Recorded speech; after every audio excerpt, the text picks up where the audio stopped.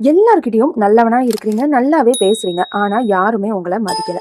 இந்த ஃபீலிங் நீங்க ஃபீல் பண்ண போய் தான் இந்த வீடியோவ பார்க்க வந்திருக்கீங்க. ஸோ நான் வேற எதுவுமே எக்ஸ்பிளைன் பண்ண தேவையில்ல. ஸோ குயிக்கா உங்களுக்கான பொன்னான நேரத்தை வீணடிக்காம நான் என்ன சொல்ல போறேன் அப்படிங்கறத குயிக்கா சொல்லி முடிச்சிடுறேன். கரெக்டா எல்லாத்தையும் ஃபாலோ பண்ண வீடியோவை ஸ்கிப் பண்ணாம மிஸ் பண்ணாம ஃபுல்லா பாருங்க. இந்த மாதிரி யூஸ்ஃபுல்லான வீடியோஸ் நீங்க மிஸ் பண்ணாம இருக்க நம்ம சேனலை சப்ஸ்கிரைப் பண்ணிக்கோங்க. ஓகே, ஃபர்ஸ்ட் ஆஃப் ஆல் இந்த ஸ்டோரியை நல்லா அப்சர்வ் பண்ணுங்க. சிங்கமும் குள்ளநரியும் ரெண்டுமே நல்லா வேட்டையாடும். ஆனா குள்ளநரி ரொம்ப சத்தம் போடும், ஏன்னா தான் பலமானவன் அப்படிங்கறத காமிக்கிறதுக்காக. அதே நேரம் சிங்கம் தூரத்துல வர்றத சில மிருகங்கள் பாக்குது, உடனே பயந்து ஓட ஆரம்பிக்குது. ஆனா இன்னும் சிங்கம் கர்ஜிக்கவே இல்லை. அப்போ ஏன் பயந்து ஓடுறாங்க? இதுக்கு காரணம் சத்தம் இல்ல, அவங்களுடைய பிரசன்ஸ் தான். இதுதான் பல சக்சஸ்ஃபுல் மனிதர்களும் ஃபாலோ பண்ணிட்டு இருக்காங்க. இது ரொம்ப கஷ்டம்லாம் இல்ல, ஜஸ்ட் ஒரு 14 சைக்காலஜிக்கல் மெத்தட்ஸ் தான்.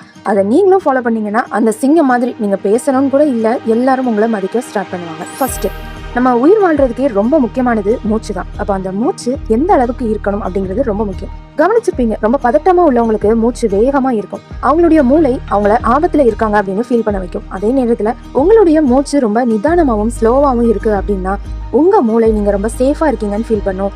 உங்களுக்கான முடிவுகளும் கரெக்டா தெளிவா இருக்கும். ரெண்டாவது, இப்போ ஒருத்தங்க உங்கள்கிட்ட வந்து பேச வராங்க. அப்போ நீங்க 2 செகண்ட் அமைதியா இருந்து யோசிச்சு உங்களுக்கான பதில கொடுக்கலாம். இப்படி இந்த ஒரு டெக்னிக்கை ஃபாலோ பண்றீங்கன்னா எல்லாரும் என்ன நினைப்பாங்க, இவங்க யோசிச்சு தான் பதில் சொல்லுவாங்க அப்படிங்கிற ஒரு கான்ஃபிடன்ஸ் கிடைக்கும். அவசரமா பதில் சொன்னாதான் புத்திசாலி அப்படிங்கிறது கிடையாது. மூணாவது, இங்க நிறைய பேர் செய்யற தப்பு எதுதான், ஒருத்தங்க பேசும்போது மத்த இடத்த ஃபுல்லா சுத்தி ரொம்ப அசால்ட்டா பாத்துக்கிட்டே இருக்குது. இதனால பேசுறவங்களுக்கு உங்க மேல உள்ள ஒரு நம்பிக்கையும் மரியாதையும் குறைய ஆரம்பிக்குது. சோ பேசுறவங்களை நல்ல கவனமா கவனிக்க பழகுங்க. நாலாவது, ரொம்ப சிம்பிள், வாக்கிங் மெத்தட். ரொம்ப அவசரமா நடக்கிறது, பரபரப்பா இருக்கிறது, அதை அவாய்ட் பண்ணணும். ஏன்னா பவர்ஃபுல்லான பீப்புள்ஸ் எந்த ஒரு விஷயத்தையும் ரஷ் ஆக்க மாட்டாங்க. அஞ்சாவது, கண்டிப்பா நீங்க ட்ரை பண்ணி பார்த்தாதான் இதோட ரிசல்ட் உங்களுக்கு புரியும். ஏன்னா எல்லா இடத்துலயும் சிரிக்கிறது கரெக்ட் கிடையாது. எல்லா இடத்துலயும் சிரிக்கிறீங்கன்னா மத்தவங்களுக்கு உங்க மேல உள்ள ஒரு நம்பிக்கை குறைய ஆரம்பிச்சிடும். சிரிக்கணும், சரியான இடத்துல சின்ன புன்னகை போதும், அது உங்களுக்கு மிகப்பெரிய ஒரு தாக்கத்தை ஏற்படுத்தும். ட்ரை பண்ணி பாருங்க. ஆறாவது, ஒருத்தங்களை பார்த்தாலே ஸ்ட்ரெஸ்ஸா இருக்கிறாங்களா இல்லையான்னு தெரிஞ்சிடும். அவங்களுடைய ஷோல்டர்ஸ், அவங்களுடைய பாடி பொசிஷன். அதனால மத்தவங்க கிட்ட நீங்க காமிச்சிக்கும் போது ஒரு ரிலாக்ஸான ஒரு பாடி போஸ்டரை மெயின்டைன் பண்ணுங்க.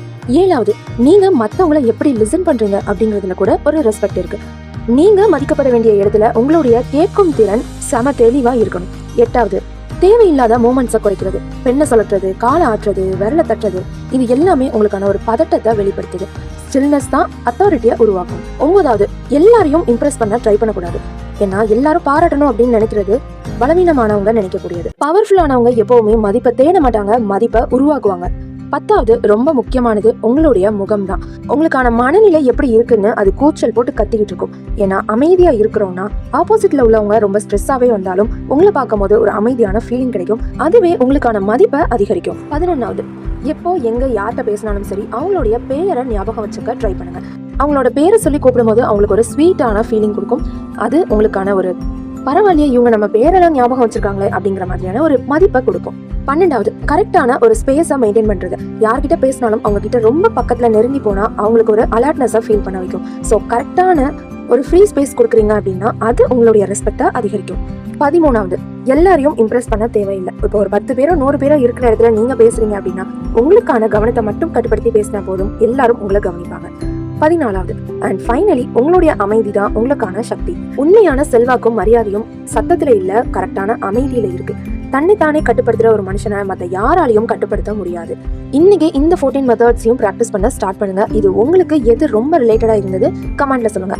இந்த வீடியோ உங்களுக்கு யூஸ்ஃபுல்லா இருந்ததா கண்டிப்பா லைக் அண்ட் சப்ஸ்கிரைப் பண்ணிட்டு உங்க ஃப்ரெண்ட்ஸ் அண்ட் ஃபேமிலிஸ்க்கும் ஷேர் பண்ணுங்க.